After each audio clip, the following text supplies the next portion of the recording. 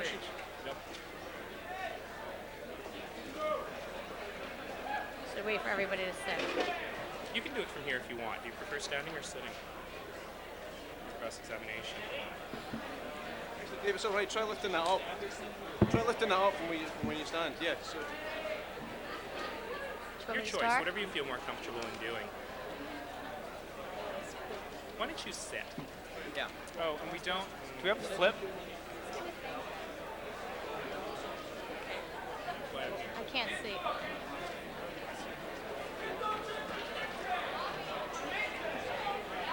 No, I know. Linda. We're doing it on purpose. It's a trick. If everyone could please take a And seat. they'll fall for it.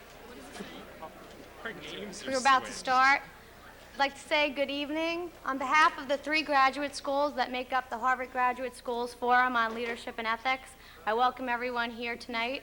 I'd like to give a special welcome to the Honorable John Dalton, Secretary of the Navy, Dean Kim Clark of the Harvard Business School, Senator Alan Simpson, the Director of the Institute of Politics,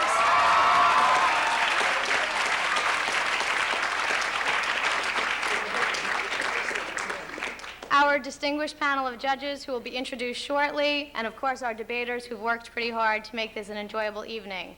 As you may or may not know, HBS defeated the law school last year, and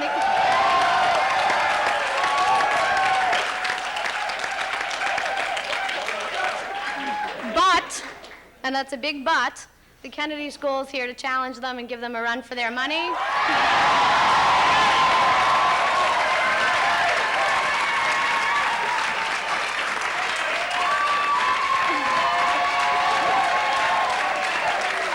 Oh boy.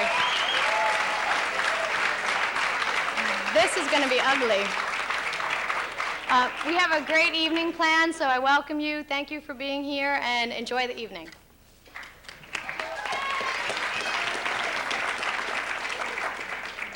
I too would like to thank everyone for coming. The purpose of the Leadership and Ethics Forum is to promote a participative dialogue between students, faculty, and the community on a variety of issues related to leadership and ethics facing today's and tomorrow's leaders. Last year, the Harvard Business School Leadership and Ethics Forum rebuilt itself and refocused on creating the dialogue that its mission states.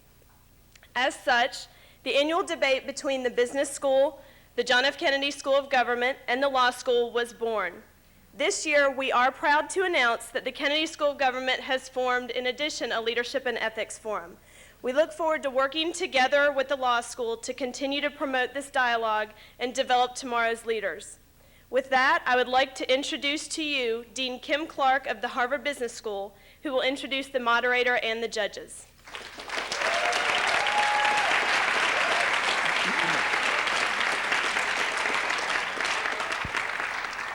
Thank you. It is a pleasure to welcome you all tonight. I'd like to first introduce our judges and then the moderator. And if you could hold your applause, please, until I've finished introducing all of them, I'd appreciate it. We have tonight 5 distinguished judges. 6 distinguished judges. No, I think 5.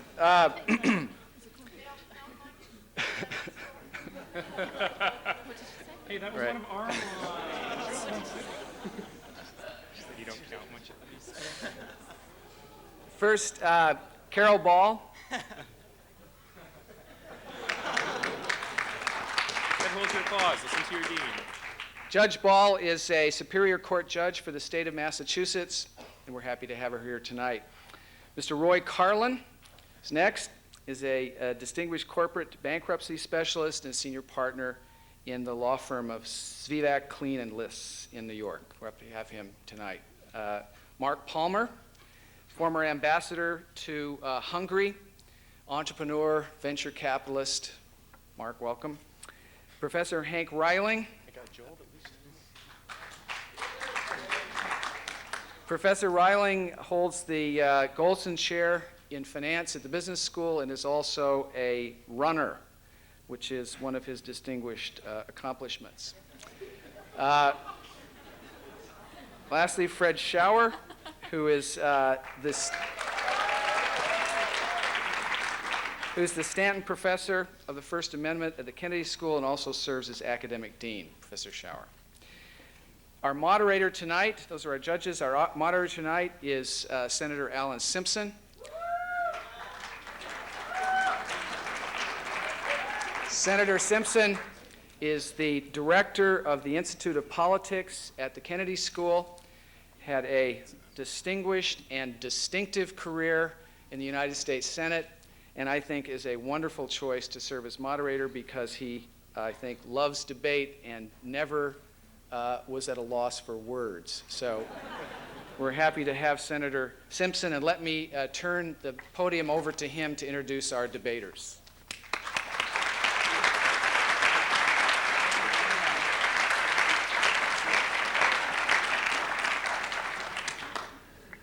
I want to take care of one question I was asked as I came in here. I've been ratting around all day, was in Washington this morning, came back, taught a class, and then Dr. Lease dragged me to some panel. I went and did that, and then up here.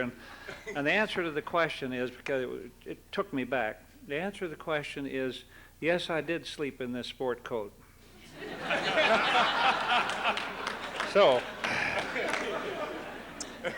fellow partisans, no, that's not.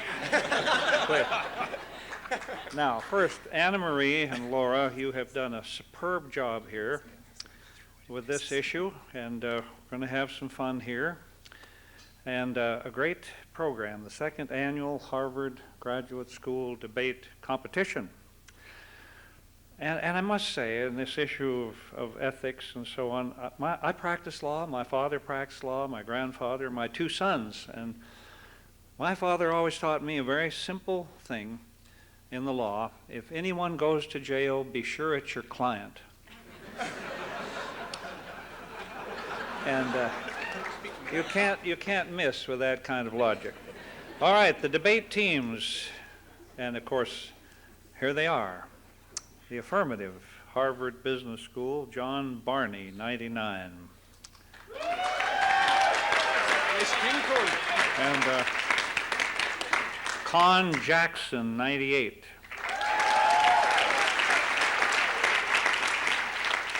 And T. Michael Johnson, 98.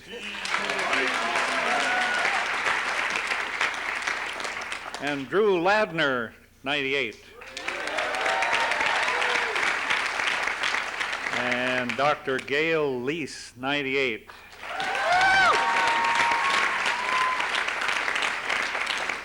And David Tetton, 98.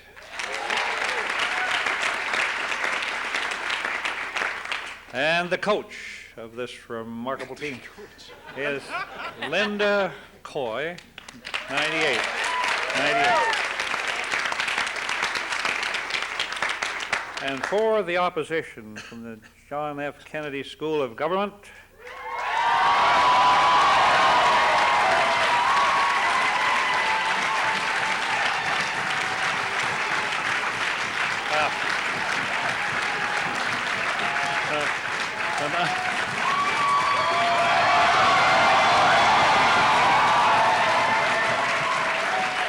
may I please, in this neutral forum, we have As it always is. Daniel Rosenberg, 98. Daniel!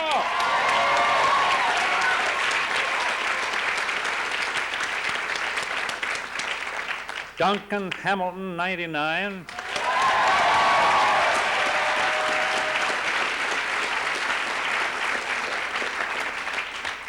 Maureen Kahn, 98.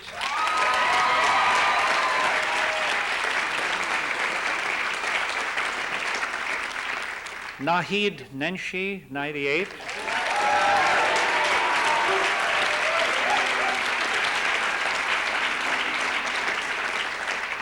David Pinto Dushinsky, 99. Very nice. So deep. And Per Wimmer, 98.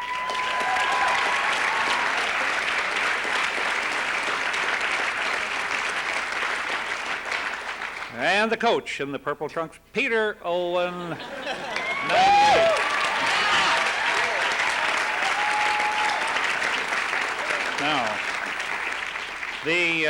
the resolution for the evening is as follows. When in Rome, do as the Romans, parentheses, whose ethical system should be followed when operating abroad, question mark. The affirmative here, the guidelines, briefly, the affirmative has a clear burden to present a cogent and topical argument. It said a priori, but I struck that and put clear. And it must be within the bounds of the topic. The opposition has the burden of responding to the affirmative argument and or presenting, we were told never to use and or, but we do here, and or presenting counterexamples disproving the resolution. Points will be awarded based on 1, the strength of argument, content, what is said. 2, on delivery style, how it is said, speed, organization, presence, and persuasiveness versus command of fact, how effective. And then it says, there's a head note here, it says law of the educated person. Well, that's interesting. We should all be in there somewhere. Facts known to the average well-read individual are acceptable. Reference to legal, HBS, or KSG cases is not permitted. Thank God. Then, points of information can only be asked during the rebuttals and closings, can only be asked during the 2nd, 3rd, and 4th minutes of these rounds. The 1st minute and the last minute are protected to ward off slings and arrows. The questioner must raise his hand to alert the speaker that he, she has a point. 4, the speaker has the option to take the question or not. He will either recognize the questioner or say he or she is not taking the point. You can't do that too many times, but it's written here. Points and questions must be less than 20 seconds. Scoring will be negatively affected by not taking enough points and or by asking too many points. Time limits will be enforced. That's our man. Openings, cross-examinations, rebuttals, and closings, 5 minutes each. And then I will have questions at the end of 90-second responses then from each team. Now then, 1 knock means that points of information can begin. Well, here, 1 knock. Do I get, oh, gee. Well, very well done, and that will be, we will note that. 2 knocks means that points of information are no longer allowed. We needn't do that again. 3 knocks mean that the speaker has 15 seconds remaining. Now that's key stuff there. 1 knock, point of information can begin. 2 knocks, the point of information no longer allowed. And 3 knocks means the speaker has 15 seconds remaining. And if there is any uncertainty concerning the time remaining, I could let you harangue for additional seconds, milliseconds, as to whether to let that continue or not, with fairness above all. And after closings are done, the moderator, I shall ask questions, 2 questions. Each team, as I say, will have 90 seconds to respond.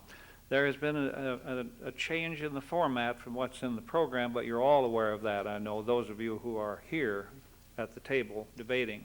I see you nodding. So, with that,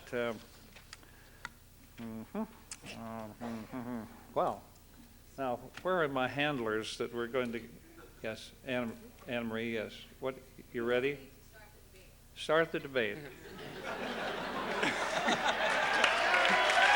Well, all right.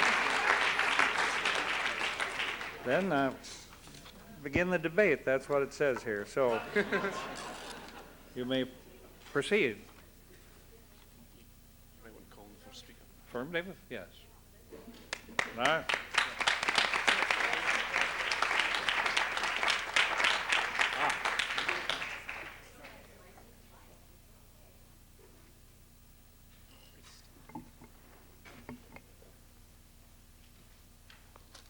Thailand is the world leader in the silk industry.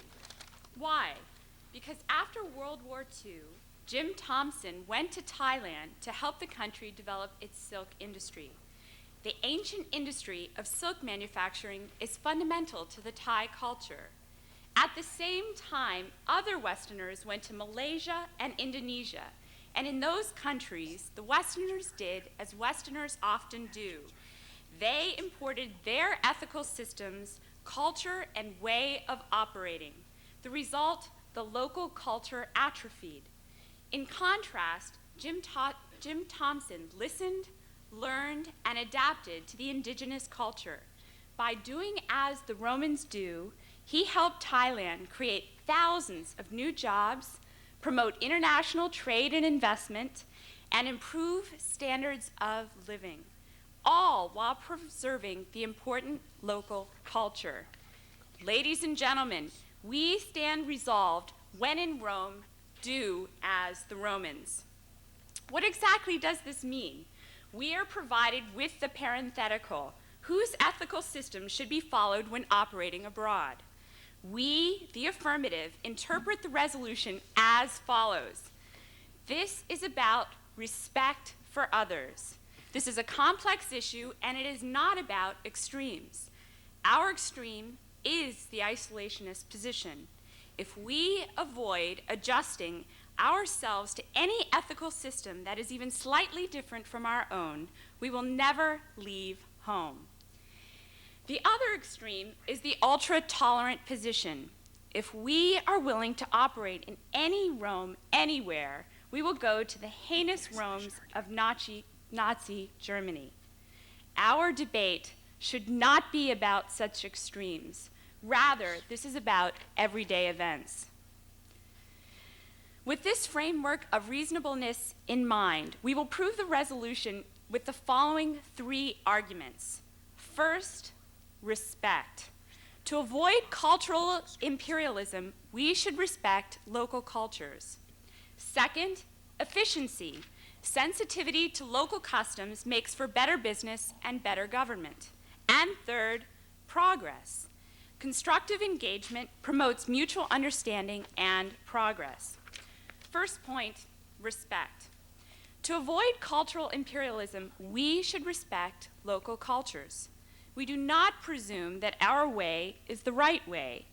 The British and French colonial empires imposed their ethical and political systems through imperialism in Africa, killing hundreds of thousands of people and destroying many vibrant local cultures. The United States eradicated almost every Native American in this country through land grabbing and failure to coexist. To say that ethics appropriate in our society are also appropriate for every other society is inherently presumptuous and arrogant. In the post-colonial world, we cannot afford to be shackled to past or present elitism. We not only oppose the moral arrogance of cultural imperialism, but also offer a pragmatic view of the resolution in our second argument, efficiency.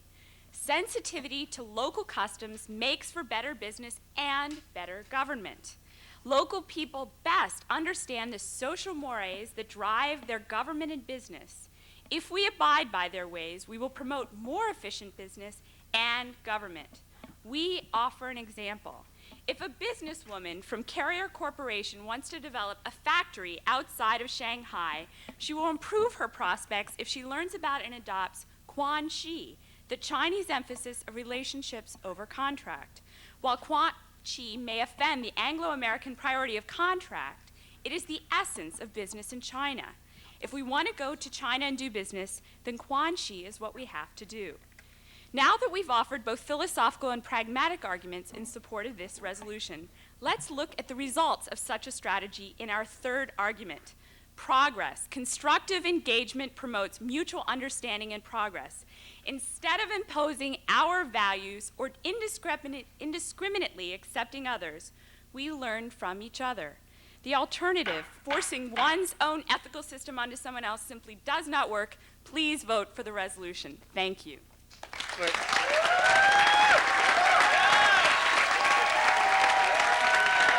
Guys. Drew. The cross-examination for 5 minutes.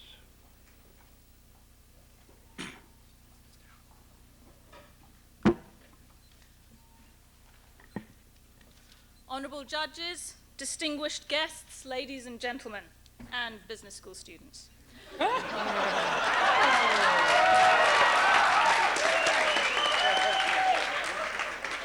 The pleasure of commencing the process of exposing the massive holes in that argument begins with me.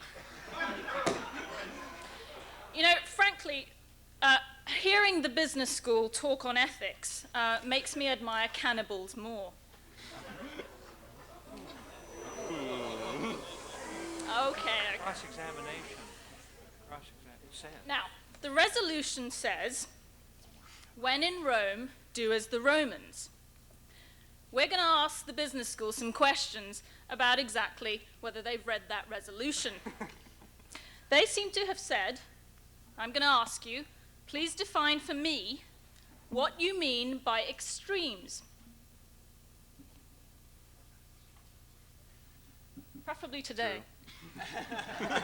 Our rule of thumb is choose the Romans, and choose yourself.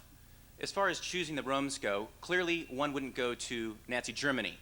As far as choosing the Romans go, why, if a Muslim woman came to the United States and her ethical belief system suggested that, in fact, she should not have an abortion, but she's pregnant, she can, in fact, make choices on her own whether or not she's going to do as the Romans do. And finally, you have to choose yourself. Respect, toleration, understanding, and a pluralist view of the world. May I remind the business school of the rules of debate?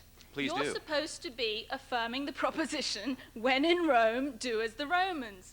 Not when in Rome, maybe do as the Romans if you feel like it, if it's not an extreme, and if you like Rome. As far as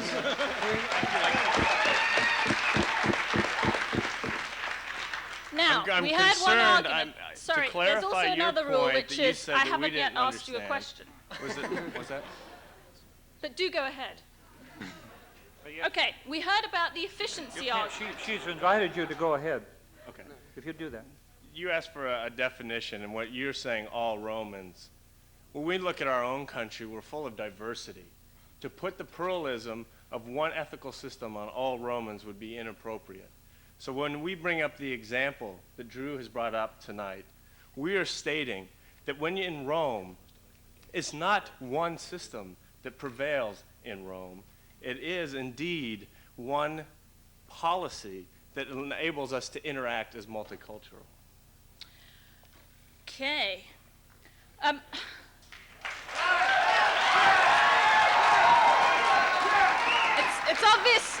It's obvious the business school are really taking a stand here. They all have a chocolate eclair for a backbone. Right.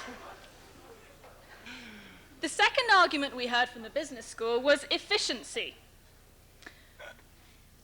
How do you separate ethics from efficiency? So let's say it's legal and accepted practice in country X that people work for 12 days, rather 12 hours a day, for 40 cents a day. Presumably that's efficient, so you would employ those people on those conditions, wouldn't you? You actually have a choice here. You have a choice of life and death. Let's consider a child in Calcutta starving on the streets, unemployed. Or let's consider that same child working. Without a job, that child is not going to get an education, it's not going to eat. So that's a yes, I take it. The answer is, you go into that country, you pay a wage that is normal for that region. Yes or no?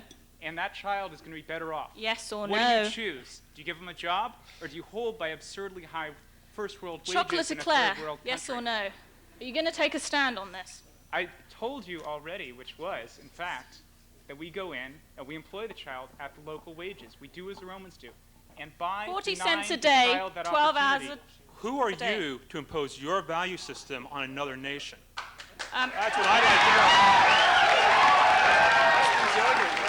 Any country your panelists came from There has is a employed role child reversal labor here. throughout I'm the... asking the questions. We Thank want you. people to hear what you're saying. I'm asking the questions. Let's keep it that way. No, that's good. I didn't mean to interrupt. I just want not the overflow. I wanted them to hear. Well, I'll give you another 10 seconds to finish. You were making a statement and then... Yes, Senator, I'm making the point that every panelist on that side comes from some country where child labor has currently been employed or at some point in its development been employed. It is not appropriate in with this imperialistic attitude to project your own views on others. I'll give you 10 seconds. I'll give you 10 seconds to Well, respond. Mr. Johnson, there seems to be no beginning to your talents. Let's start. Your argument 4 seems to seconds. be, therefore, that basically you'll choose the Romans and you'll choose what to do in Rome. You haven't supported this proposition. You've betrayed this debate. Thank you. Let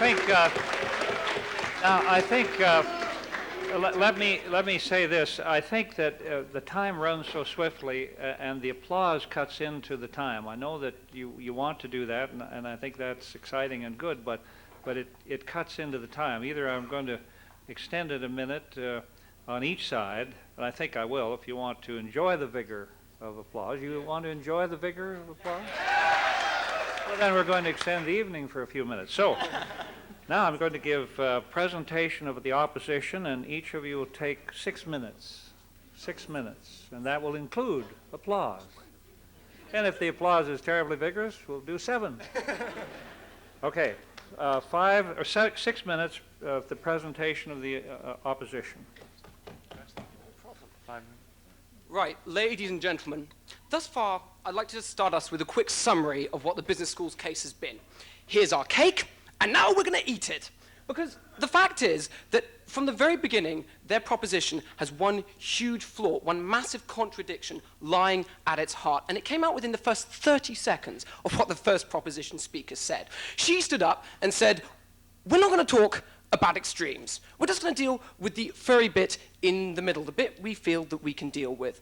But I think you've got to actually understand what the proposition is saying to see how ridiculous this position is. Because bear in mind, this debate is about just one thing. They're going to try to dress it up, they're going to try to fudge it, they may even put on dresses and call themselves Susan. But the fact is that they cannot get away from this one central point. Their argument is and must be, from the way they set it up, that there simply are no moral absolutes. That when you go to the passport counter, you check your moral principles in any way the wind blows.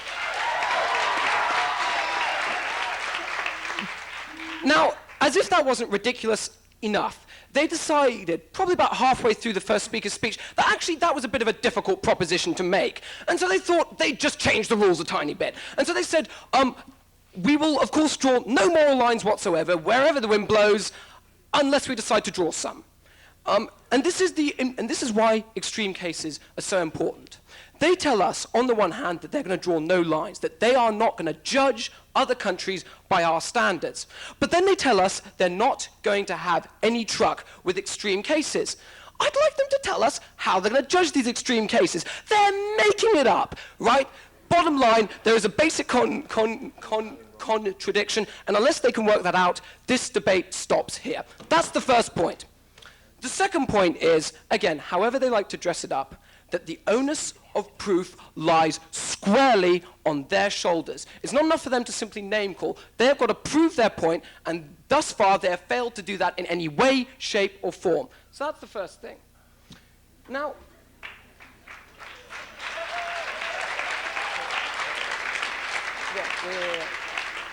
Now, the second thing was, because clearly they weren't satisfied just having one contradiction in the middle of their case, so they decided to go for a second one, just to make this really good fun.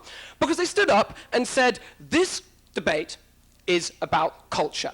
That what we're going to do is stand here and talk about people who weave silk in Thailand. Now, I know people pay a lot of money to go to the business school, and I realize it's an expensive kind of place, but I'm slightly shocked they don't have classes where they teach you how to read, because I saw the word ethics in the title. Call me a bluff old traditionalist, but it seems that if the word ethics is in the title, you might want to talk about ethics a bit. Now,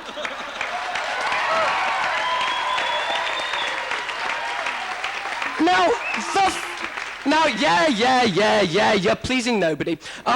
The fact is that they've tried a very elaborate sleight of hand. They said culture, ethics, ooh, same thing. They are not. The point is that they are trying to bluff you into thinking that going into a country and following their ethical code is just a matter of wearing the same clothes and using a few of their buzzwords. It's about a lot more than that. And unless they can justify adopting the ethical standards, the standards that govern the way people look at right and wrong in these societies, they don't even have a leg to stand on. Until they give us that, we don't even have a proposition case. We just have fluff. Now, moving on, they gave us two arguments, and I found their kind of petulant outbursts about us as rich white kids at Harvard. Coming from the business school, I was very impressed by that. But quite apart from anything else, I was touched. I was touched by their compassion, because now I finally understand. These big firms, no, they don't pay child laborers 4 cents a year to make basketball shoes because they want to make profits. No. They do it for their own good.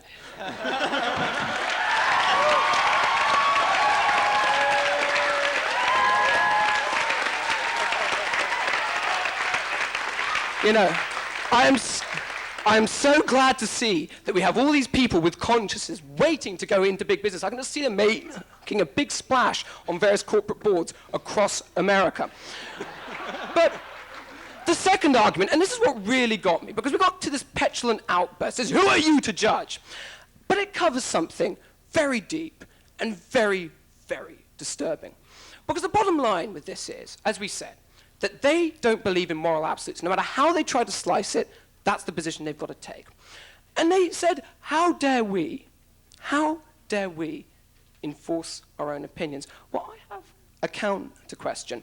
How dare they completely abandon all moral principles? Because the bottom line with this is, the bottom line, and don't let them snow you with this at all, is that what they're actually proposing is not embracing other people's moral principles at all. It's completely letting them go. It's checking them as you go across the counter. Whatever goes in that particular country is fine by you. Now, we on this side of the motion say that is not enough.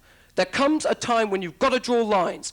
That doesn't mean imposing your views on others. Quite the opposite. It means setting an example. It means setting up a free market for ideas. The fact is that we exercise judgment on this side. We go into these countries and refuse to sink to their level. We make the courage to draw that line. They, in the final analysis, don't.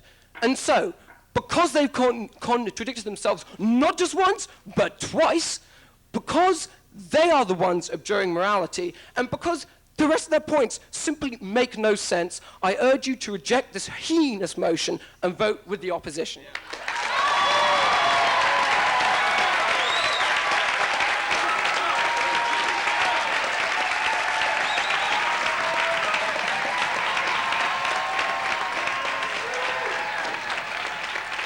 No inaction, Drew. Now, please, we will have the cross-examination by the affirmative side. 6 minutes, please. Speaking of cultural imperialism, thanks a lot. Unlike my opponent, I will, in fact, ask questions and seek to get to the truth tonight. That's a good point. First of all, let me ask you, are you familiar with the article, The Leadership Brain Drain, that appeared in the New York Times editorial? Excuse me, I'm informed that unless you use the mic, the tape will not pick up your comments. That was gratifying, actually. But Try it. Yes, all right. Walk with it. That's fine. True. No, you can't walk with it. Geraldo. Stand, okay? Thank you. Thank you. That's all right. Thank you. We want to have it on record. Great. I'll give you a start again. You may start afresh for your 6 minutes. Well, I must say that after hearing our descriptions of the business school, I have to ask you, and our motivation and where we're headed, I have to ask you, have you read The Leadership Brain Drain, a New York Times editorial by your own Dean Joseph Nye, which indicated that quite a few KSG graduates are going to McKinsey and Goldman Sachs and Lehman Brothers and all those bastions of capitalism that we know and love at the business school? Actually, I can answer that one.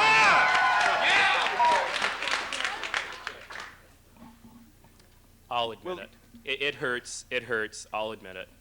Not only am I going back to McKinsey, but that's where I came from.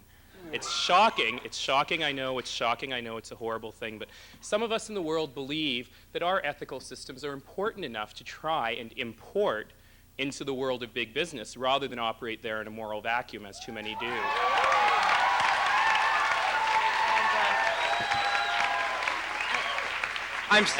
And on a second point, I'm so glad you brought up moral absolutes. So let me ask you my next question.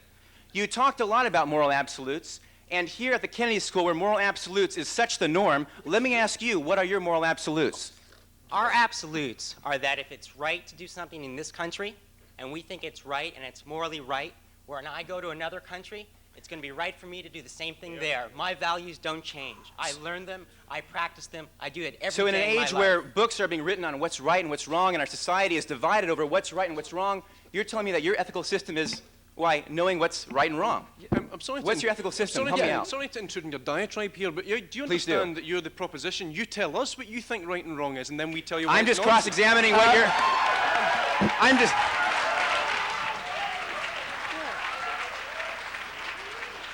Mr. Hamilton, I don't think you need me to remind you, being a world champion debater, that in fact, I am cross-examining your opposition. So my question to you is that you raised the moral absolute question. What are your moral absolutes? I'm going to do this very slowly so you try and get it Please in. do. Real slow. I need to follow. We, the proposition, that's you're meant to tell us what you mean by ethical system, and don't try and fudge this debate by saying the ethical system is the same as the culture of a country, because every single person here knows that's not true. So don't treat us as fools, please. Well, maybe we can get to an answer if we move on to another question. Let me ask you, how many ethical systems are there in the United States? There's a lot of systems, but one doesn't necessarily exclude one another. You can still go to a country abroad, you can import your values, you can share them with them. So there are many ethical systems. But you should not impose your values on other people. Right, okay. Well then, if that's the case, then how do you propose that abiding by a certain moral absolute, in fact, is not imposing your views on someone else, either by commission or omission? Well, if there are many ethical systems in every country, how do you know you are imposing? Maybe you match one of theirs. I think I'm asking the questions now. Now, we also talked about the free market of ideas, and I'm so glad you brought that up, because I thought that we, the business school, were criticized for, in fact, trying to create wealth, trying to put money in people's pockets overseas. So if we're talking about the free market of ideas, isn't this affirming the very free market that we are trying to use? If you want a free market of ideas, you're going to have to go to a country with a different set of ideas so they can learn about your ideas. Otherwise, you're just matching theirs. Thanks for making our point. Well, I made my own point. I said that we go to a different country with our own sets of ideas and our own ethical system, which is different than the others. And do as the Romans do. No, we do as we do. No, that's what you do. That's your job. Okay, yeah, cheers, thanks. You're the proposition. So, help me out here. Let's go back to the example of the child in Calcutta, which David so rightly brought up. Now, if we're going to talk about that messy middle and not obfuscate the issue, let me ask you, what is better? A child penniless, perhaps an orphan in the streets without shoes, without money, without food, or a child who's working at a premium with a chance to lift himself or herself up by his or her bootstraps? Let me ask you. Unfortunately, the world can't be reduced to a 2x2 matrix, much as we would love to do that. At McKinsey especially, I'm sure. At McKinsey especially. Yeah! And what you're creating is unfortunately a false dichotomy. Let's add another dimension to that matrix, shall we? Please do. If I am Nike, for example, and I can somehow operate in a country where I can pay decent living wages and still return high profits for my shareholders, charging Americans $100 for a pair of shoes and paying Michael Jordan $40 million to promote my products, why is it suddenly then, when I go to another country where I can do that for paying children $3 a day for shoes that cost $100 for Americans, suddenly that's ethical and that's moral because that kid's not on the street? Why can't I go there and pay him the wage I pay in my own country? Do you believe that in order to make that every single company that goes abroad and operates in a different country must in fact operate like every single company does in a country in order to operate as the Romans do. In other words, can in fact there be diversity in how companies and organizations act? And then we'll That's certainly the argument that I should No, let him hope. finish the question. Have I you think he finished? did. I heard a question mark. Did you? Yes. Okay. Thank you. Thank you, Senator. I certainly hope. Even I, with certainly my hope, skilled Mr. ear, Ladner, didn't that is the argument. I certainly hope, Mr. Ladner, that is in fact the argument that your side is trying to make today. Because if you're not, then you can just, I mean, I know you personally have spent lots of lunch hours here. Why don't you just come on over? Now, we have the affirmative rebuttal with points of information for 5 minutes, please. Affirmative rebuttal.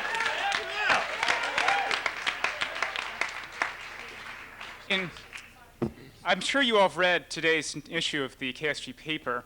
In light of the article there on grade inflation, we would like to do here as the Romans do, give Hamilton, Rosenberg, and Wimmer an A+, Pinto-Tuschinski an A, Ninchi-Khan an A-. Since, as you all know, as your own dean acknowledges, you have truly phenomenal grade inflation here at KSG. Now, there are essentially two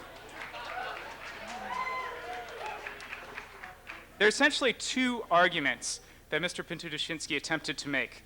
The first was that we're arguing there's no more absolutes.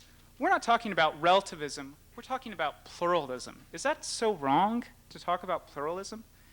It takes truly enormous hubris to claim that you have found the one right moral system right not only for you, but for everyone else in the world. I'm really quite astounded at this ability you have. We at HBS don't presume to have such phenomenal ethics. That's clear. Or any I'd point out that in America, we require French companies to operate by our law. In France, they require foreign companies to operate by their law. That's the international principle, right? You operate by your own, but the laws of your country apply to foreign countries, to foreign companies operating there. That same principle applies. Yes, Mr. Hamilton. Thanks very much. A nice skirt. Nice knife.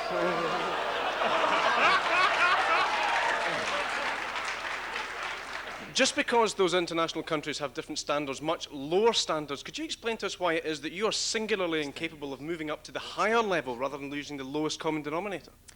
Mr. Hamilton, let me remind you, we live in a world of limited resources. You can try and give that child in Calcutta 35 hours a week and $20 an hour and all the baguettes he can eat, the French system. It's not going to work, right? You're not going to be able to have enough money to provide jobs for the kids in Calcutta. That sort of incredibly hubristic assumption leads to a system where no one has jobs and there is no economic growth. It's just foolish. It's just impossible to do that. Yes, Mr. Rosenberg.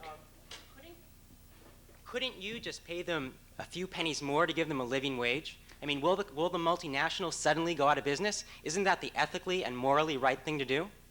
If you wish, you certainly could pay them a little more. But in most of these poor countries, people are fortunate to have a job. I really don't understand how people from a school devoted to public service could advocate a policy that promotes unemployment. I just don't quite get it. Really don't get it. Let me continue with the other point which Mr. Pinto-Tuschinski made, which is he accused us of unfairly constraining the argument by saying we're not going to talk about extremes. Let me remind you of the resolution, when in Rome, do as the Romans do. We can choose our Romes. If we find that there's a Rome, like Nazi Germany, which is truly objectionable by any ethical system, we, if we wish, could choose not to operate there. You seem to have a teamwork issue. Which of you would like to be called on? Mr. Nenshi. On that point, we've asked you a number of times now. Now you have to use the microphone. We've asked you a number of times now to help us define that extreme. So far we know Nazi Germany bad.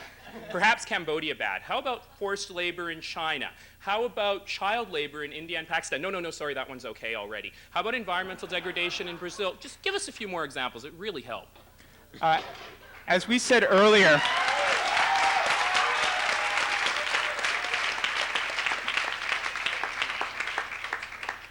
As we said earlier, you have judgment. If you wish, you don't have to partake, but you do tolerate. If a Saudi Arabian company comes to America and finds our pro-abortion policy offensive, that doesn't give them the right to bomb abortion clinics. They tolerate it. They accept it as the way we operate here in America.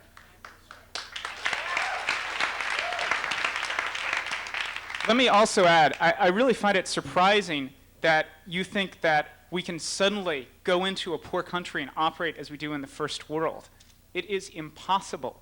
You are consigning the poor countries of the world to eternal poverty by not allowing them to grow and develop. In this country, when we were developing, we had pollution, we had child labor, we had lots of things that people find offensive today. We got richer, we got over it.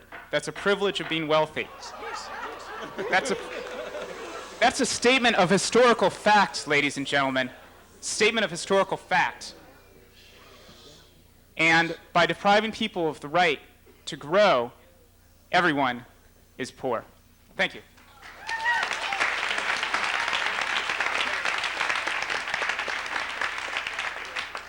And now the opposition rebuttal with points of information for 5 minutes, please.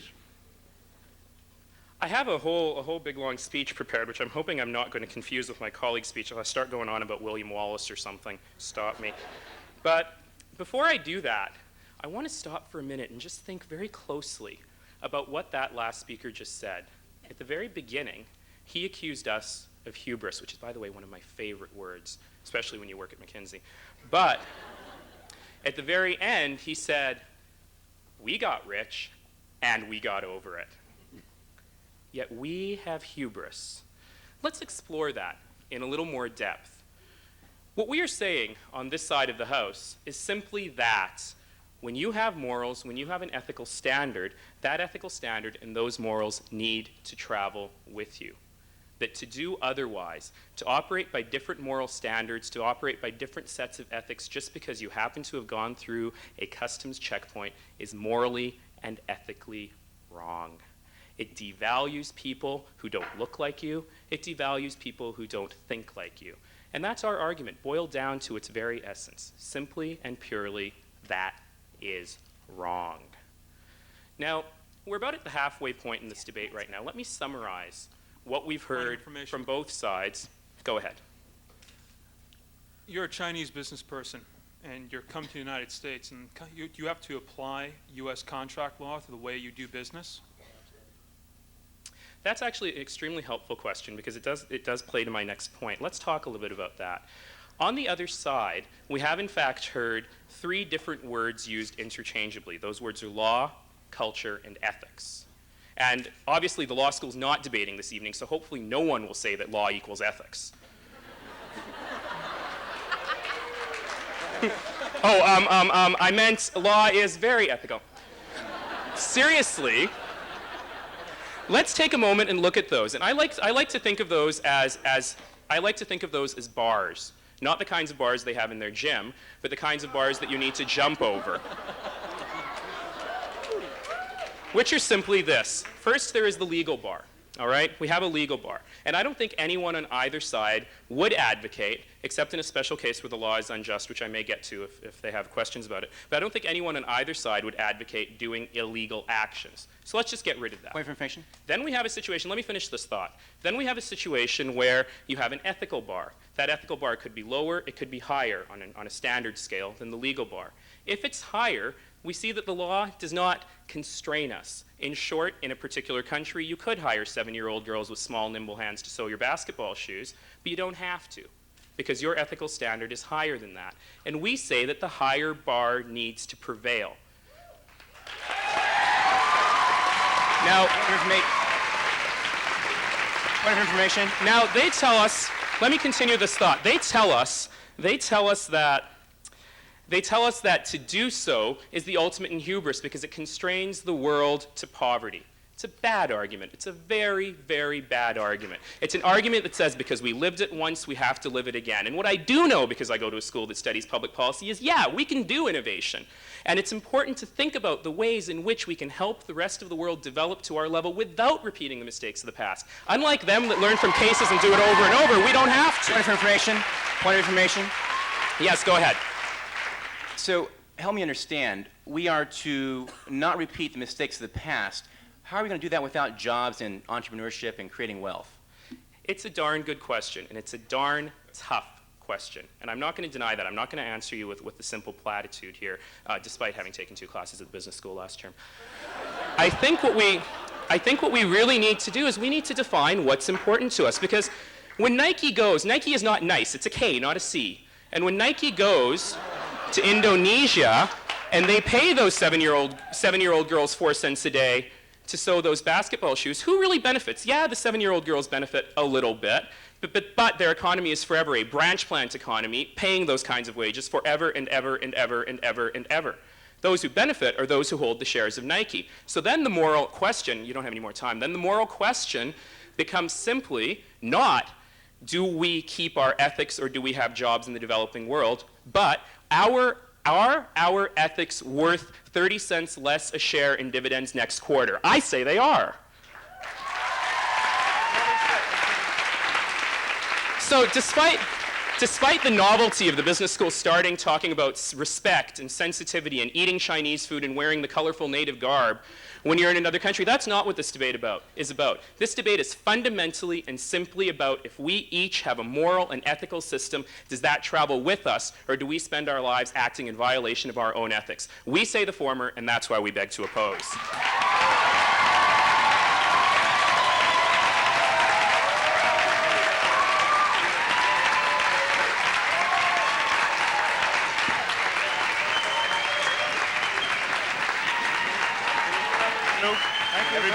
Thank you. Be ready. Be ready. Thank you. Now, the next part of the agenda is 2 questions by your moderator. And a 90-second response maximum answer per team. This first question. As a domestic government official, what is your responsibility to your citizens accused abroad of offenses and punishments that would be legal in your home country, such as the Singapore caning incident, certain controlled substance offenses in various countries? 90 seconds each. Whoever wants to respond. Okay. Oh, I see. You want both questions at this? Okay.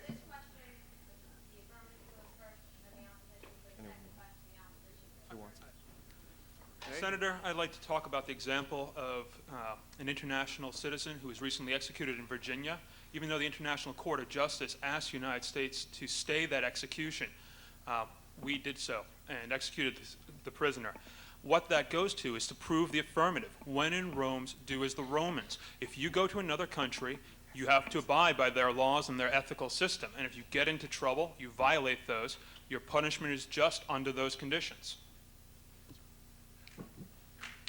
Well, I'll just follow up on Senator Simpson's example about the caning. The gentleman who committed the offense in Indonesia was wrong. He violated Singapore, excuse me. He violated the law in Indonesia. He would have violated the law Singapore.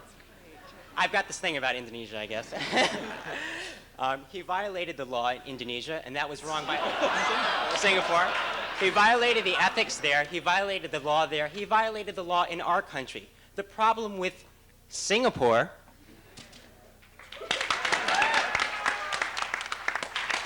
was that according to our system of ethics, the punishment was simply unjust. And therefore, it's incumbent upon our government officials to do what we can not to get this individual off the hook, but have the right punishment, the just punishment, because we make judgments as to what is right and what is wrong. So you agree that person should be subject to Singapore's ethical system? Thank you. Well, no. Actually, no, quite the contrary. What we're advocating is a system of best practice. What we want to see is our government lobbying very hard for this example, and indeed for the British nurses who were caught in Saudi Arabia, doing their very best to make sure that what happens to them if they've committed a crime under the rules of that particular country, that what happens there is not absolutely immoral from our point of view. In fact, we would intervene to try and lobby on their behalf. So we're in no way agreeing with you. Don't ever think we're going to do that. The time is expired. Second question, to what extent should a country use its geopolitical power diplomatic, economic, military, to advance its own ethical systems, such as U.S. sanctions with Cuba, trade policy with China, policies with Iran, that type of thing? Response. You should use your diplomatic means to promote the causes in which you believe, but you should not impose by force unless it is something which has been universally agreed upon. For instance, passed by the United Nations or some international institution that englobes everybody and who gives the opportunity for everybody to express their opinions and to share their values. You should use democratic means, not force. We'd like to quote Robin Cook, the British Foreign Secretary, who spoke on National Public Radio this morning. He said, "We must forge practical partnerships with our global community in order to make practical improvements and make real progress. Human rights can successfully be moved in the right direction only when denunciation is replaced by cooperation." Robin Cook is on our team. Our answer is, there's a free marketplace of ideas. There's a free marketplace of ideas. And we in America have the opportunity and the privilege of advocating our system of ethics. So do the British, so do the French. You're making an argument which in this country is commonly referred to as engagement.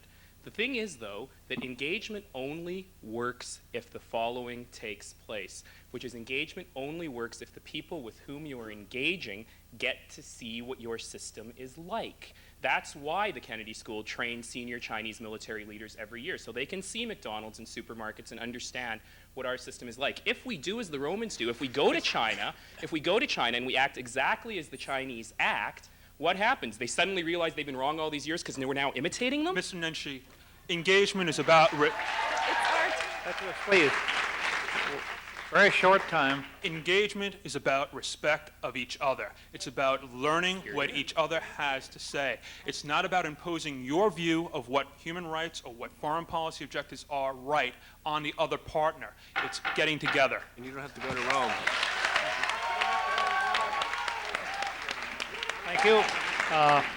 And now we go to the closing, the opposition closing with points of information for 5 minutes, and then the affirmative closing with points of information for 5 minutes. So now to the opposition closing with points of information.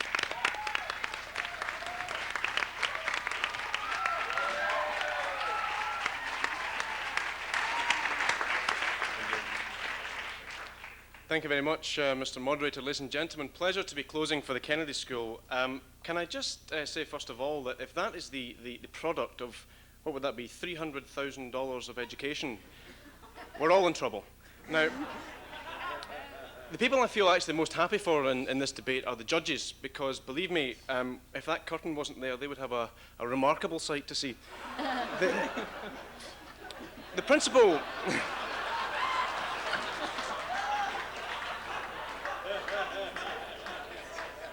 The principal problem in this debate actually goes right back to the very beginning, because as we've tried to assert on this side of the House, and I hope with some success, the simple view that culture and ethics are the same just doesn't wash. I don't think anyone believes that if you go and you happen to comply with the culture of a country, then that is also synonymous with agreeing with the ethics of that country. I don't think anyone would imagine, for example, in Scotland, it's very cultural for Scottish men to go to the pub and get absolutely pie-eyed, right? Then they go home and they perpetrate violence on their children or their wives. That's not ethical. It's not very hard to see a difference between cultural and ethical. But the distinction that they're trying to blood it is simply because they know that the minute they go down the path of saying, yes, that's not ethical, that is wrong and we would not do it, they then know that this motion becomes a farce. Because when in Rome, they wouldn't be doing as the Romans were going to be doing. No, thank you. I've met you before. So let's look at that for a minute. What I would like to hear from the last speaker is to try and make up for the failings of the previous speakers, because they have to define for us what an ethical system... You want to go to the toilet or something? Sit. They have to... Oh, your girlfriend's in. They have to define for us exactly what an ethical system is, and that's something they have not done. Thank you. Something they haven't done at any point in this debate. They have to tell us what they think is right and wrong. If we give them an example of child labour, and if they think it's wrong, they should say so. And if they say it's wrong, then the motion falls because when in Rome, they're not doing as the Romans. Now, if they think it's right, they should come out and say so. And then they should face the moral fire from this side of the House, who would contend that there's absolutely no reason for it. They have to choose. And all the way through the debate, they've been trying to have it both ways, to have their cake and to eat it, as Mr. Pinto-Dzerzhinsky said earlier on. And that's unacceptable to us. We on this side of the House have made actually a much more cogent point, which is that why is it so difficult? Sorry? Yeah, let's have you. Why, thank you. I'm sorry, but aren't you trying to have your cake and eat it too? You're talking about moral absolutes, but you're not being clear about what your moral absolutes are. No. What are they? See, we're doing this again. You define what you think an ethical system is and what a moral absolute is. We don't have to tell you anything. We don't have to tell you what we think. We will. Right, I'm just asking you a question. Well, I'm telling you your question's completely irrelevant. That's my point. Fact of the matter is, we want to go to the higher level. Why is it so difficult to say that if you're faced with a system where one country where you set up an operation has a very low legal requirement and that your ethical system requires you to go to a higher level, why is it so hard to say that you should go to that higher level? Or indeed, if you're in another country with a very high legal requirement for their employees, that you should comply with that law? I don't see why it's so difficult simply to say, make the best of the situation you're in, and if a law or a series of laws come below your expectation of what is ethical, then you simply don't comply with it. You institute a system of best practice. That's what we've been saying on this side of the House. Now, we've also been given the second main argument from the other side, which is that it's a question about efficiency. Now, I think they decided to dump that argument, realizing that it wasn't going to wash in the Kennedy School. But quite seriously, I mean, you have to address what they've been trying to tell you. They're trying to tell you that for the sake of efficiency and for the sake of the people who are in these countries, they're giving them jobs. The quote that they gave us was, it will put people out of work if you raise their level of wages. Now, isn't that just the example that was used about the minimum wage? That's exactly what they said then. It was wrong then, and it's wrong now. There has to be a level at which you can analyze a particular market and wage structure, and you can say that that will not have a detrimental impact. And believe me, we have an enormous margin to work with here. These people are getting paid an absolute pittance. Are they seriously telling me, with the combined talents that we see before us, that these people, when they go into corporate governance, are seriously not going to be able to improve on the situation that's there? Because if so, that's a disgrace from this side of the House. So in summation, what I would like to put forward for you is very simply that the proposition had a responsibility, and that responsibility was about telling us that when in Rome we would do as the Romans. They have not discharged that responsibility, and on the counter case, you've had a very strong ethical and moral stance. Thank you very much.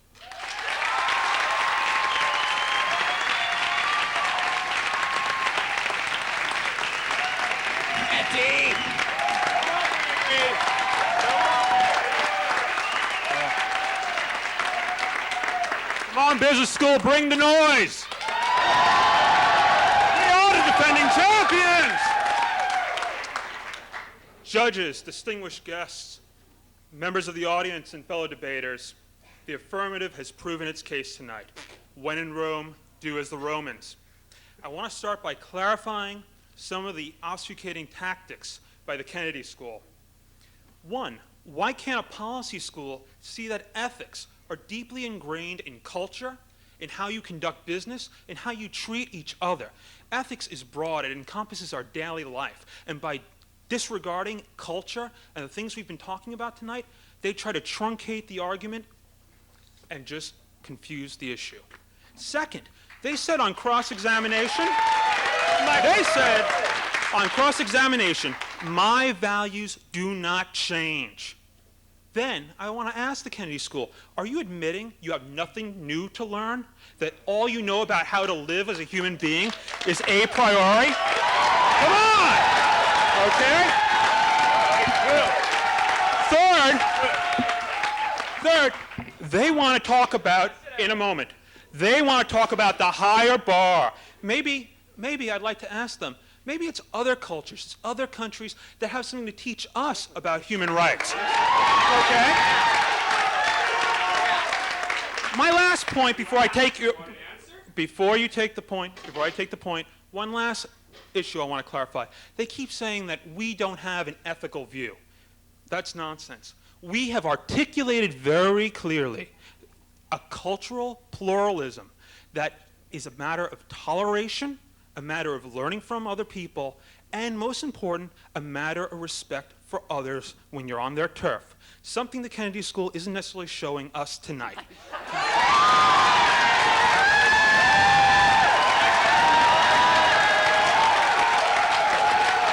Mr. Nancy, please.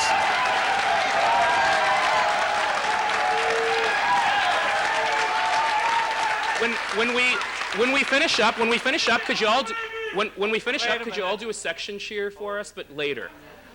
Mr. Johnson,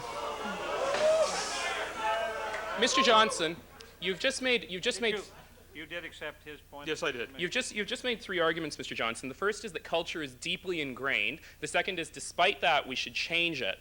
And the third is, we should change it because other ones might be better. So if it's so deeply ingrained then, Mr. Johnson, should we in fact then move to the higher bar when we need to? I think that was your second argument. If that's true, thank you, because that's what we're saying.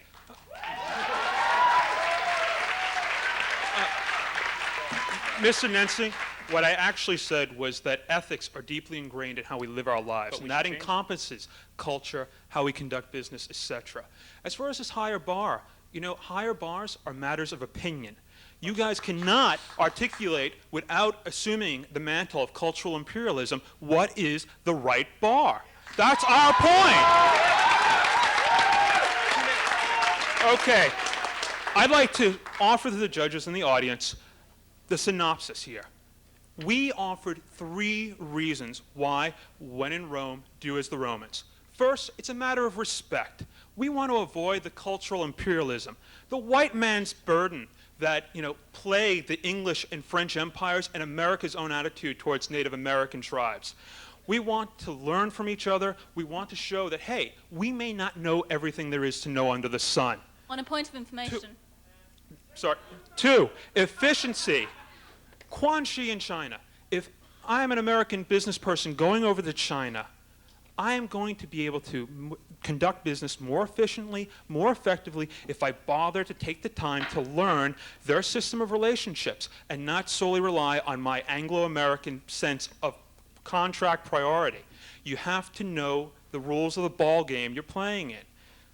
3rd, progress. It's only by this act of understanding each other, by going over and trying to learn what it is about another people, what they do, what they want, what their ethics are, and trying to live under that system that we can both learn and we can get mutual progress. I'd like to leave you with the example of Doctors Without Borders, a French nonprofit that sends medical teams throughout the globe to places that are war-torn and afflicted by natural disaster. These medical officials go in and they do not necessarily instill Western values, but work with local people and local traditions to come to a mutually beneficial outcome. This is the promise of the future, it's the promise of cultural pluralism, and it's the promise of the resolution, when in Rome, do as the Romans.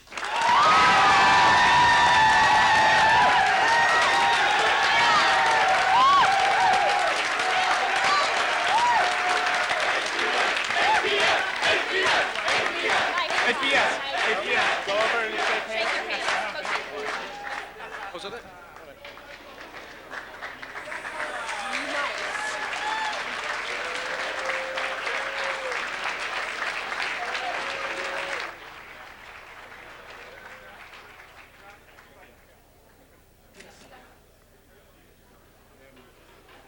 Well.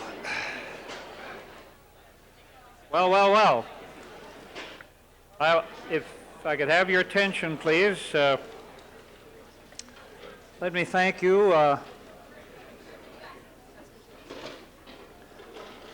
Thank you all very much. Now you know that politics reflects society. You see a bit of that here. Politics today reflects that kind of vigor and passion, and sometimes you object to that, but you certainly participate in it. And it is spirited and vigorous and passionate. But the things you see on television when you see the House of Commons or the United States Senate or the United States House, and you sometimes say, gosh, what are those people doing? You want to remember, you were doing it. and it's a very important point. King Lear, sharper than a serpent's tooth. But anyway, it was very, very good. It gets the old juices going for me. God, so, God, but I'm the moderator, so enough of that.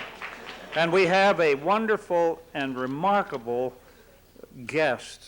But now let's just say that that concludes the debate themes. I invite the judges to begin their deliberations, and then let me introduce at this moment a patient and genial guest who has been wonderful today to give so much of his time and the dinner and the early part of the evening and to participate. I know a lot of people that say, yeah, I'll come in and speak, but I'm not going to go for the whole stuff.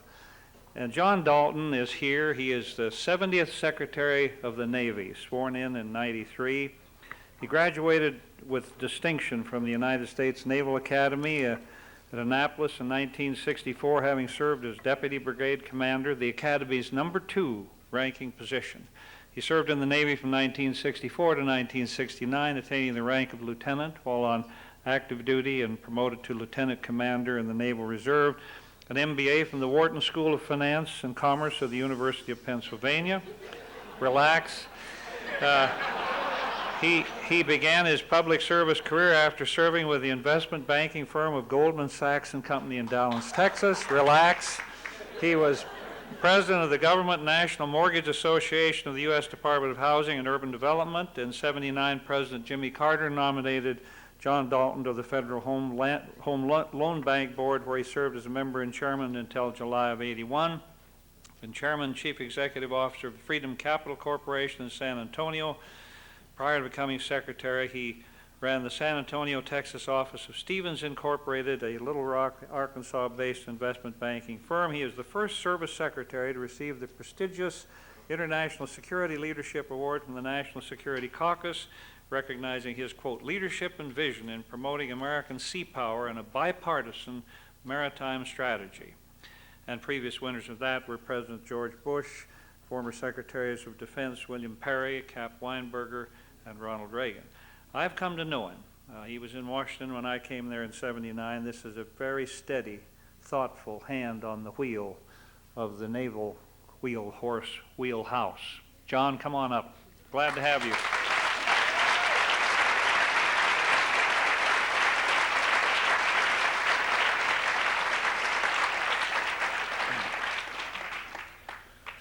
Thank you so much, Senator Al Simpson. I can tell you, this is an outstanding man that we miss having in Washington.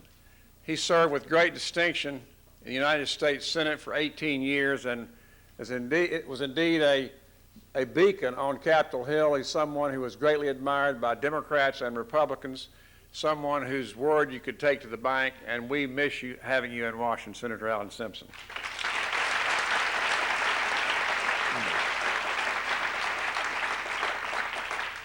Let me say that his real claim to fame, however, is his wife, Ann. Where is Ann?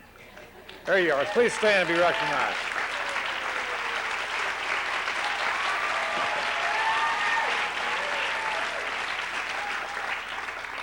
The senator told me that a number of his constituents said, I really don't want to vote for you, but I'm going to vote for you because of Ann Simpson.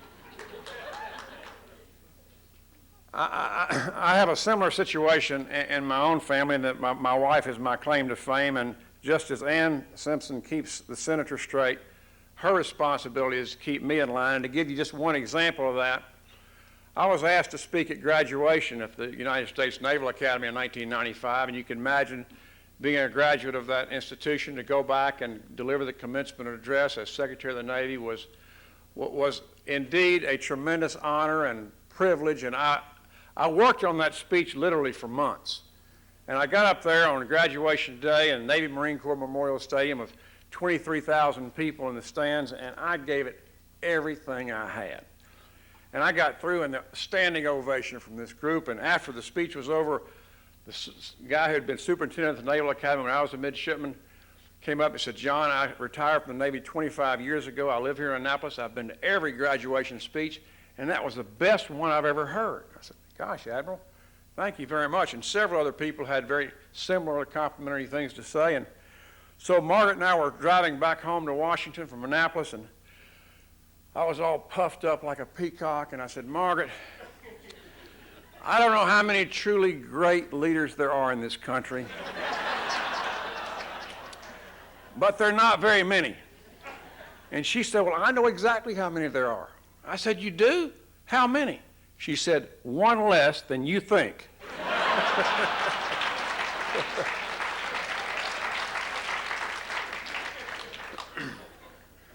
Well, it really is great for me to be here at the Kennedy School, because I want you to know that John F. Kennedy was the first former naval officer to be elected President of the United States. And he was the first president that I ever saw. I was a midshipman, a plebe at the Naval Academy, a first-year student, and had the privilege to march in his inaugural parade on January 20, 1961. And it was something I'll never forget.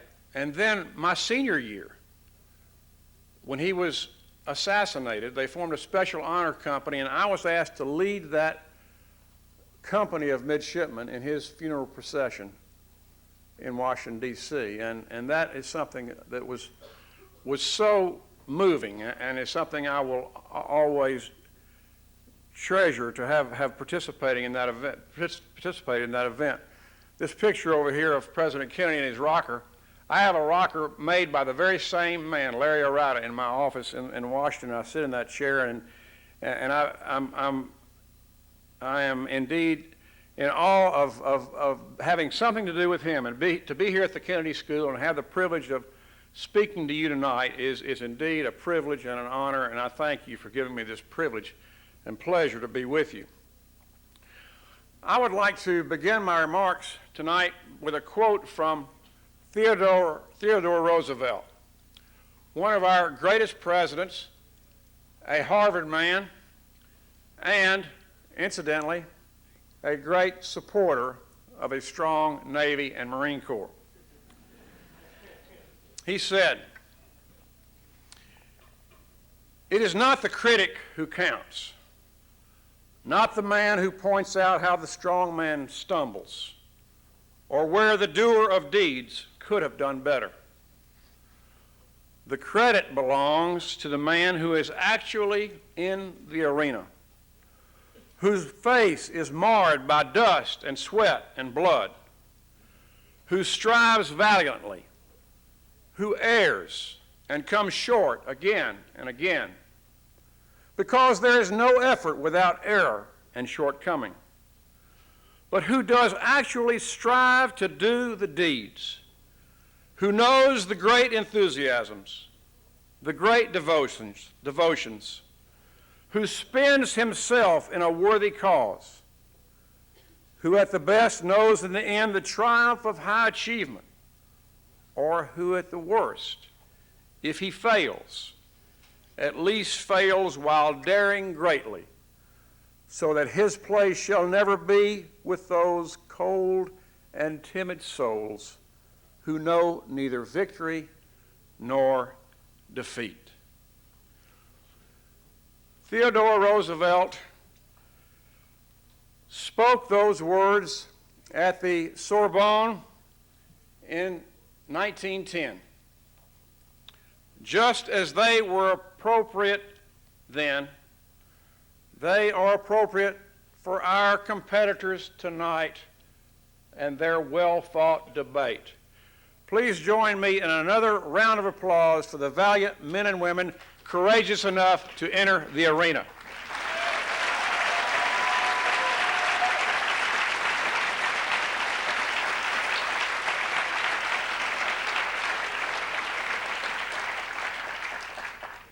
Some of you might be asking, where is the Secretary of the Navy? What's he doing here at this event to be the keynote speaker? But if you look back at tonight's debate topic, which at its foundation lies in the disciplines of leadership and ethics, our nation's Navy and Marine Corps rely on a strong relationship between the two.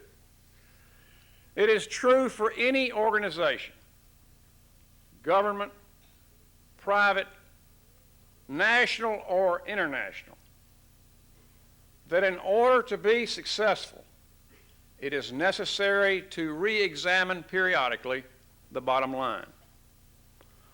Whatever the bottom line, whatever the mission, the outcome depends upon strong leadership.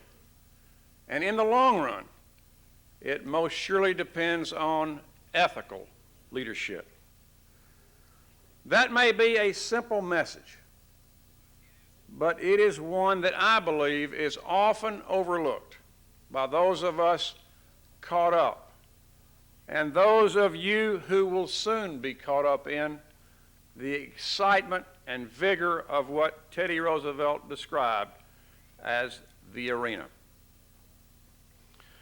The Department of the Navy, like any large organization, periodically re-examines its bottom line.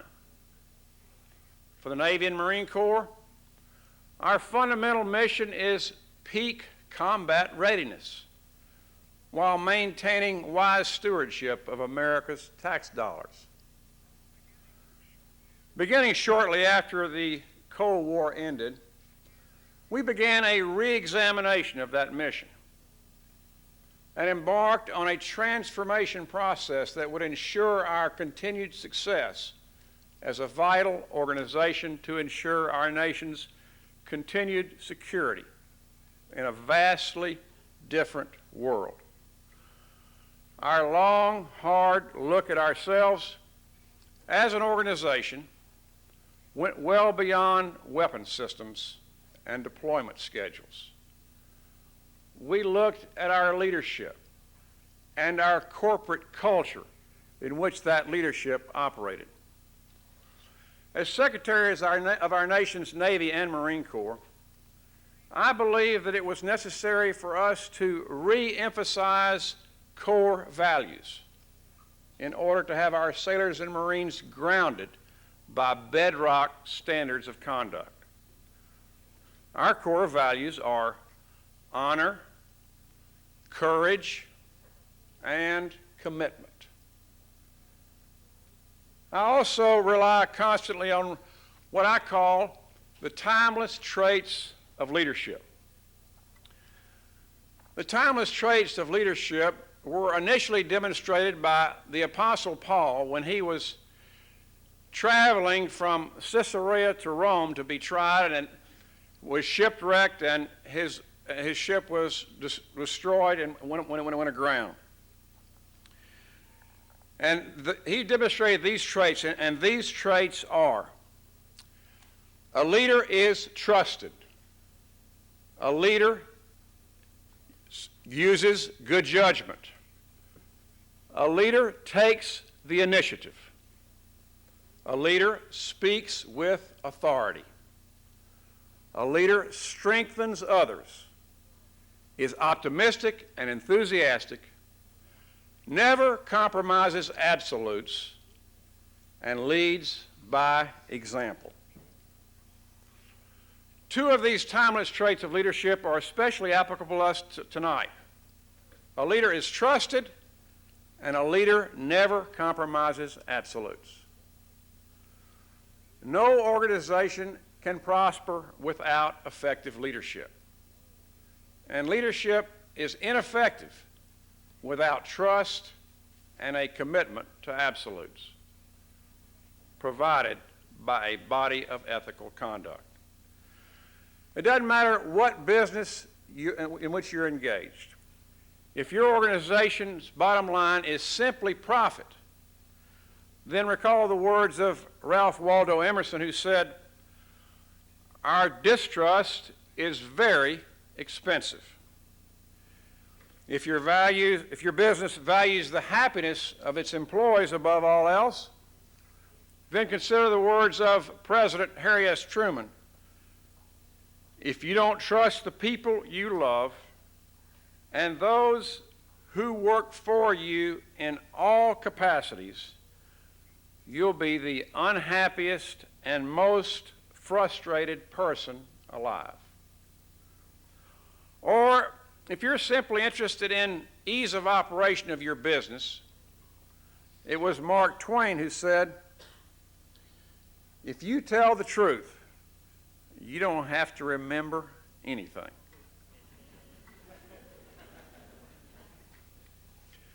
Much of tonight's debate, of course, has centered around ethics in the international arena. But let's be honest. Most of the world would agree with ethical leadership in all of our dealings, independent of cultural differences. Take the following quote from the Talmud, for instance, the body of Jewish civil and religious law. If you add to the truth, you subtract from it. Of course, those among us who are realists may prefer to ascribe to the Turkish proverb, trust in Allah, but tie up your camel.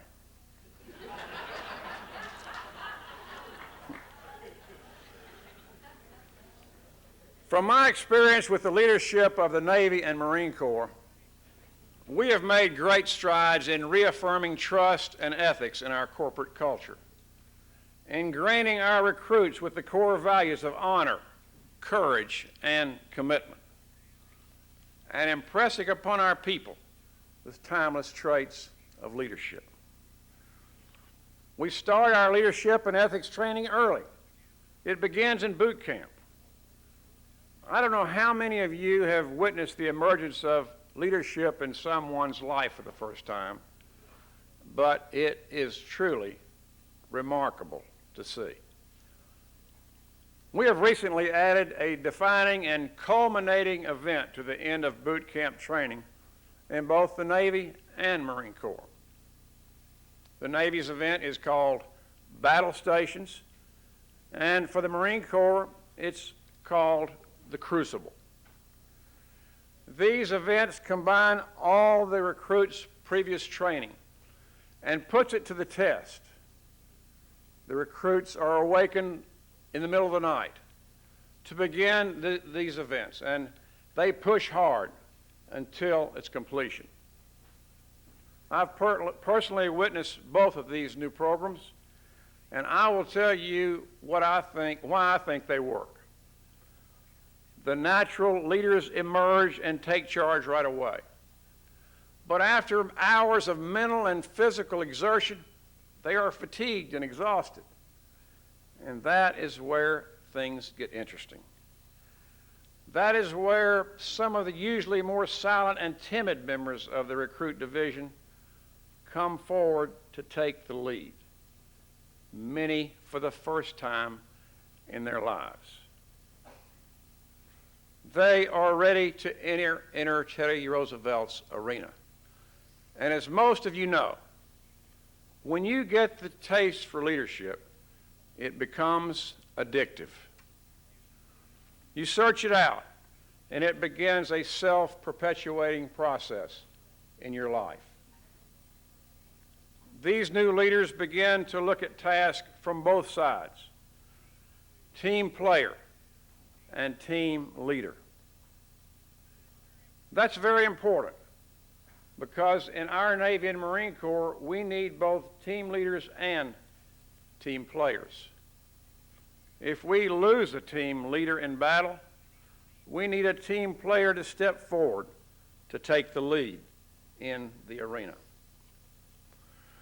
I am richer for having witnessed this transformation process, and I can still picture the smiles, tears, and satisfaction on the faces of those muddy, sweat-soaked, and soggy sailors and Marines as they replay the challenges that they've overcome at the culmination of these two significant events. Incidentally, after these young men and women complete this portion of training, they are no longer called recruits. They are called sailors and Marines for the very first time.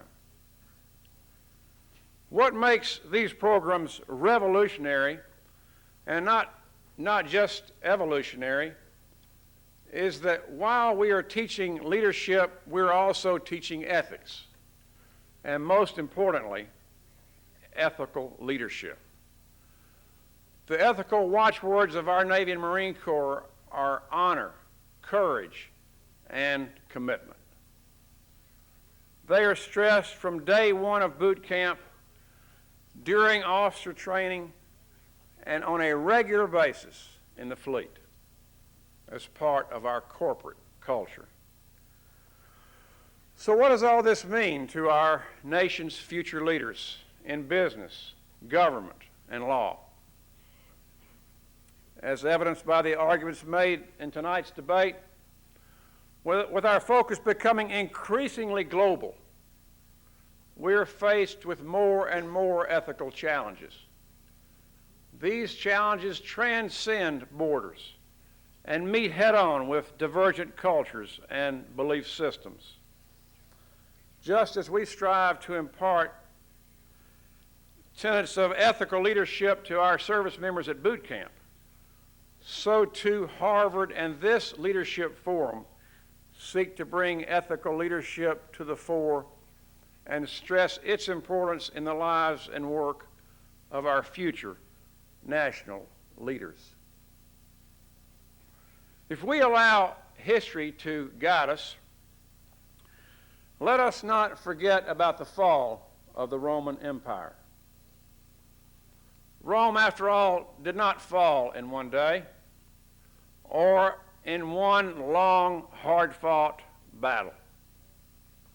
Rome was lost from within.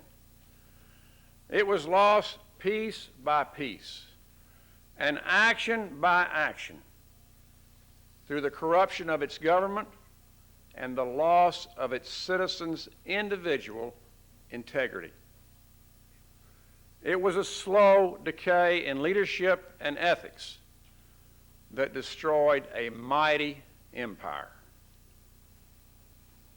My message to you tonight is, when it comes to ethical choices in government, business, or law, don't give up the ship. Stick to your guns. When faced with ethical decisions, I realize there are no easy answers. Sometimes dealing with different cultures, personalities, or seemingly incompatible goals between parties leads to complexities that are seldom foreseen in the classroom or practiced in a structured debate. Often, you must rely on your gut. Put yourself on both sides of the issue.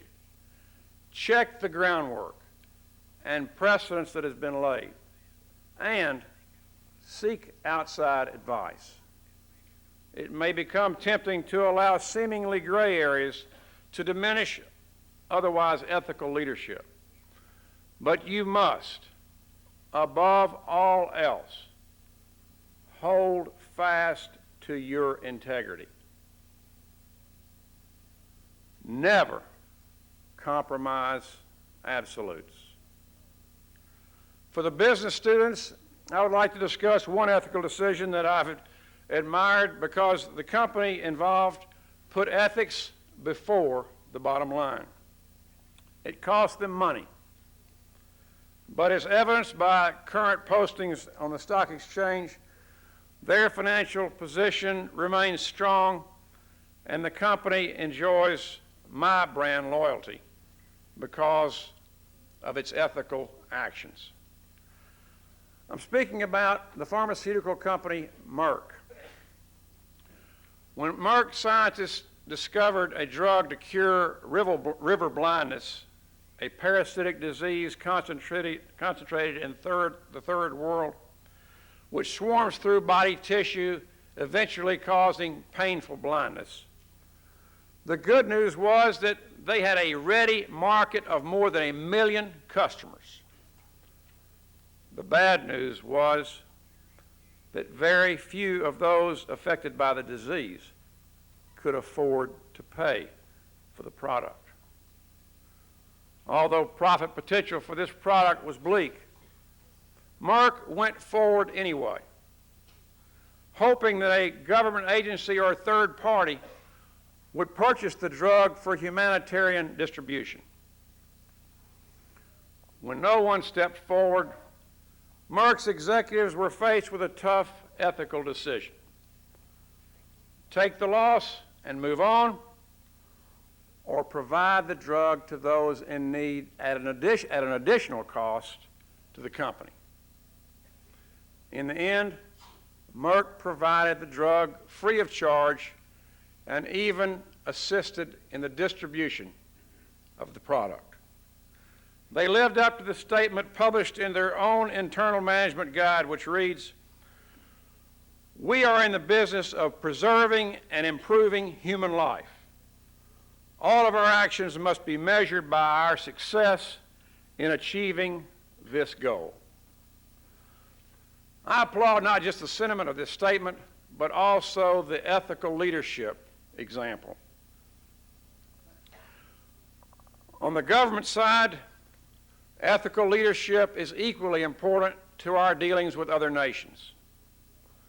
Our national security strategy of engagement, for example, means that our military interacts with foreign governments at many different levels. We are building important alliances, coalitions, and relationships on a daily basis. In theory, and thankfully in practice, these connections are fostering peace and regional stability like never before. The outcome is not possible without trust and a commitment to absolutes. Our Navy and Marine Corps have been tested time and time again by one of the questions of tonight's debate. Simply stated, when operating overseas, whose laws apply? From experience, I'll tell you that an ounce of preparation is indeed worth a pound of cure. Our military, for example, enters into a status of forces agreement with each nation in which with which we operate. These have served us well, but these agreements are, after all, only legal documents. They're only as reliable as the trust that has been carefully built by continued adherence to ethical leadership by all concerned. I believe that our people understand that and that they strive to honor our core values in every individual action they take as they interact around the world. The payoff for our shareholders, the American taxpayer, is immeasurable. There are many more challenges for all of our government and business undertakings in this period of unprecedented global interaction. Interaction that often blows the lines between the public and private sectors and national and international borders. Our world is becoming smaller and at times seems to move faster. The stock ticker runs across the bottom of our television sets and computer screens at near real time. We watch wars from our living rooms, and international agreements must be brokered under the ever-present eye of CNN and the world community. But there are many questions yet to be answered. How often can we allow American foreign policy to deviate from international consensus on specific issues? What credence do we give to the rulings of the World Court and with other organizations that were created and structured with American leadership? How will we allow those organizations to evolve as the leadership role among nations shifts? Graduates from these preeminent programs here tonight will help determine those answers in the approaching millennium. Today, decisions must be made quickly, but I stress soundly. I urge you not to fall in the trap of cutting corners so closely in this fast-paced world that you do not consider the ethical effects of a decision. You will be the future leaders of this country in government, business, and law. Have the courage to take more time to consider an issue, if needed. Seek advice in the gray areas, but never compromise absolutes. If all else fails, apply that famous dictum that everything you need to know you learned in kindergarten, and that is, share everything, play fair, don't hit people, put things back where you found them, clean up your own mess, don't take things that aren't yours, say you're sorry when you hurt somebody. When you go out into the world, watch out for traffic. Hold hands and stick together. Wherever you find yourself in the exciting arena of leadership that awaits, I challenge you to lead effectively. I challenge you to lead ethically. Whatever you rely upon, core values, timeless traits of leadership, or some other body of ethics, the bottom line will be to trust and be trusted, to never compromise absolutes. I will leave you and challenge you with the words of the late Senator Robert F. Kennedy. Too much and for too long, we seem to have surrendered personal excellence and community values in the mere accumulation of material things. Our gross national product counts such things as air pollution and cigarette advertising. The gross national product does not allow for the health of our children, the quality of their education, or the joy of their play. It does not include the beauty of our poetry or the strength of our marriages, the intelligence of our debates, or the integrity of our public officials. It measures neither our wit nor our courage, neither our compassion nor our devotion to our country. It measures everything, in short, except that which makes life worthwhile. And it can tell us everything about America except why we are proud to be Americans. Thank you very much for this wonderful opportunity to be with you, and God bless you.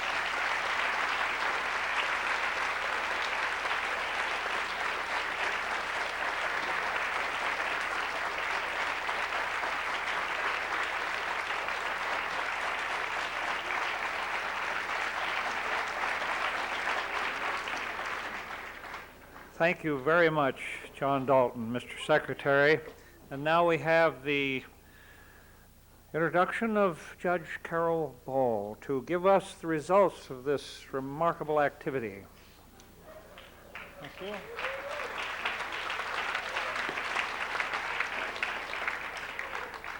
Very briefly, the judges want to caution all the participants, but especially the Kennedy School, about the level of insults that flew back and forth around this room.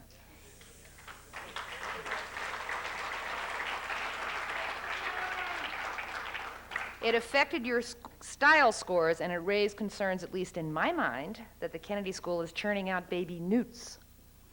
Get it? Little humor. I admit, I'm a Democrat, I admit it. The Kennedy School should keep this in mind for next year because you will be debating the law school then, having won by the slimmest of margins.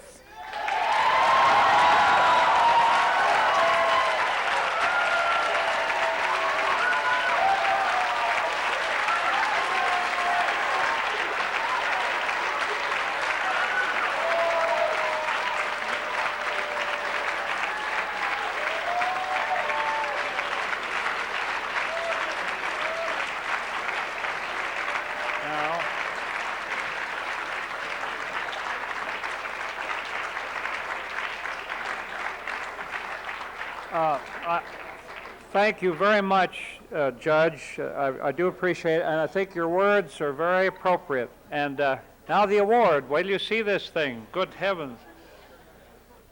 Here it is. I'd encourage everybody to stay around for about 5 more minutes, and that's when we'll be done. Please, if you can, stay. Thanks.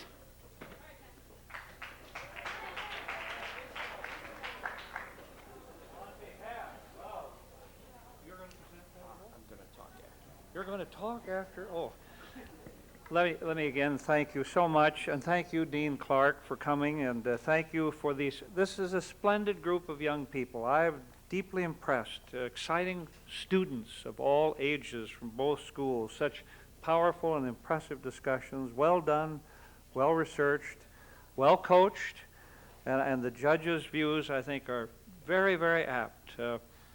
It is appropriate, except that one about Newt. But other than that, it was highly balanced, the comment there, and I'll dig up Bonnier. Try him sometime. If you want to find a stinger, they're both good at it, and they both lose their effectiveness when they do it. Dave Bonnier and Newt lose their effectiveness when they do it. So you don't want to fall into that trap. And so thank you. And remember the phrase, kill all the lawyers, did not come from the fact they wanted to do that. It was so to carry out the nefarious acts they had in mind, they had to get rid of the lawyers. Don't forget, I heard someone mention that, and we don't want to ever fall into that trap. Enough of that, and thank you very much. You were a splendid, Patrick, a splendid host, and it was a great pleasure to assist you. And I admire you all greatly, and Laura, and Anna Marie, and Gail, and you, sir. Good luck. Okay, let me see. I'd encourage everyone, if they could just stay for a little longer. My name is Patrick Normoille, and I'm second year here at the Kennedy School. I'm not too often serious, as my friends would know, and usually I'm smiling, except when I'm nervous, which I am a little bit now, or when I have to say something serious. So I feel a need to comment a little bit on what happened tonight, and I'm glad the judges did already. I think tonight there were a lot of funny moments. In particular, David Tetton's joke about great inflation, I think, was on the money, and I have to admit that I'm one of the beneficiaries of that policy. So I cannot say that I've yet opposed until after I graduate, which, thankfully, to that policy looks likely. But more often tonight, I sat in my seat and I was a little troubled. And I looked over at the business school, and Con, like I saw you sitting there too, a little incredulous at what was happening. And again, it's a debate, we know that, but sadly, I think we witnessed here tonight something that might be going on in the world around us, and that's a deterioration in public discourse. And like before we end tonight, I want to just bring us back to why we're all here. At one university, I went to Yale, so this pains me to say this, but one of the best universities in the country, in the world. When I was lucky enough to take I actually never took a business school class. I shopped and I didn't get in, so they gave me my $300 check back, which, because I'm a Kennedy School student, I'm not sure if I had enough money in there to cover it. But when I was over there, the professor talked about the business school students being the leaders, the CEOs, the CFOs, whatever other O's you guys have, being the leaders of the private sector, and that's what we make fun of you for. But he also importantly added that you're not only the leaders of your companies or your corporations or things, but you're leaders of your communities and your states and your countries. And everyone here at the Kennedy School can identify with that and be very proud. You know, I've met some of the greatest people I've ever met in my life in these halls, like Ben, who was over there a second ago, my roommate Paul, and like that's something I think we should leave remembering. There's just a lot of things that I think we should move forward with, and I think tonight, instead of coming together as a community, I think we were torn apart a little bit. And when you leave here tonight, it's not just the benefits of like this debate, which I got to say I'm really glad we won, but it's really thinking about where we go in the future. And the Honorable Mr. Dalton, I've been getting lessons on how to refer to him all night, talked about being in the arena. And I think everyone in here tonight wants to be in the arena, to contribute to public service, whether in the corporate, private sector, or in the public sector directly. So I think tonight when we go forward, we have to remember how our discourse, how we treat people, how we interact with each other, how we interact across cultures and across different ethical systems. Just bear in mind what our mission is. And I think so many people, I know so many people here are committed to serving the public. So, you know, just want to end, this is the end of the serious part. I'm going to make a joke in a sec, but just when people leave, you know, I just want them to, like, remember the debate a bit, some of the funny remarks, but, no, okay.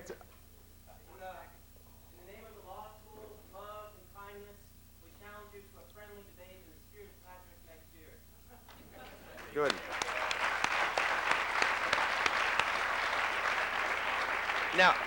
Now there was one other agreement, and this is the funny part, so please laugh. That worked out before the debate happened.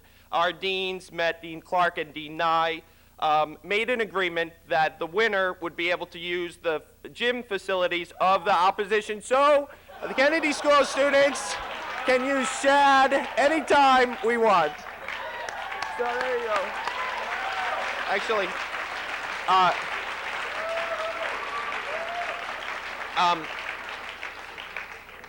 I wish that was true, but it's not. I want to thank everyone for coming out. I want to thank everyone involved, especially the Honorable Mr. Dalton, Dean Clark, all the distinguished judges, and the debaters themselves. Thank you for coming out. Hopefully you'll come next year.